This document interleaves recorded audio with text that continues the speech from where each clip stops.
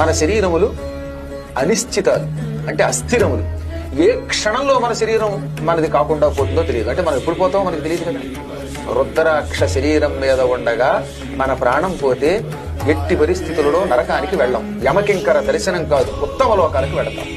అందుకని శివపురాణంలో ఏం చెప్పారు? ఒరే వెర్రివాడా, ఇలాగే అన్నాడు నందీశ్వరుడు, నీకు నీ ప్రాణం ఎప్పుడు పోతుందో తెలియదు. పోయేటప్పుడు నీ శరీరం మీద రుద్రాక్ష ఉంటే నరకానికి పోవు. ఒకవేళ రుద్రాక్ష లేకపోతే నీ పాపముల వల్ల భయంకరమైన యమదండనకి నీవు గురి కావచ్చు. కాబట్టి సర్వకాల సర్వావస్థలలో నీ శరీరం మీద కనీసం ఒక్కటైనా రుద్రాక్ష ధరించు, దానివల్ల నీకు యమబాధ ఉండదు అని చెప్పాడు నందీశ్వరుడు. రుద్రాక్ష ధారణాదేవ రుద్రో భవత్య సంశయ. రుద్రాక్ష ధరించిన వాడు శివుడే అవుతాడు.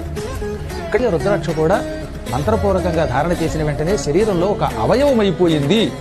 కాకపోతే ఎందుకు మెడలోనే ఉంచుకోవాలి ఎల్లవేళలా అంటే దానికి ఒక కారణం చెప్పారు.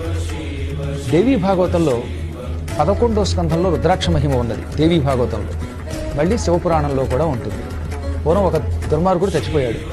చచ్చిపోయిన తర్వాత వాడిని, ఆ పాపాత్ముడిని అనాథ శవమని భావించి కట్టెలు కొట్టుకునే వాళ్ళు ఒక చోట పాతిపెట్టారు.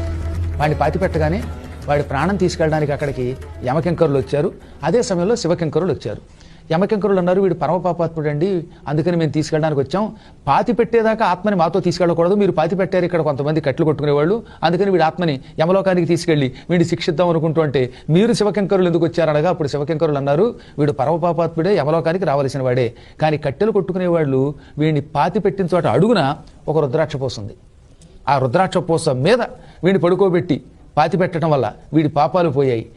శరీరంలో రుద్రాక్ష ఉన్నవాడు చచ్చిన తర్వాత రుద్రాక్షతో కలిసి పాతి పెట్టబడినవాడు పొరపాటును కూడా యమలోకానికి వెళ్ళడు, వాడికి నరక బాధలుండవు, సకల పాపాల నుంచి వాడికి విముక్తి కలుగుతుంది. అందువల్ల ఎప్పుడూ శరీరం మీద ఒక రుద్రాక్ష ఉండాలి అన్నారు వాళ్ళు. మనం శరీరం ఎప్పుడు విడిచిపెడతాం మనకేం తెలుసు.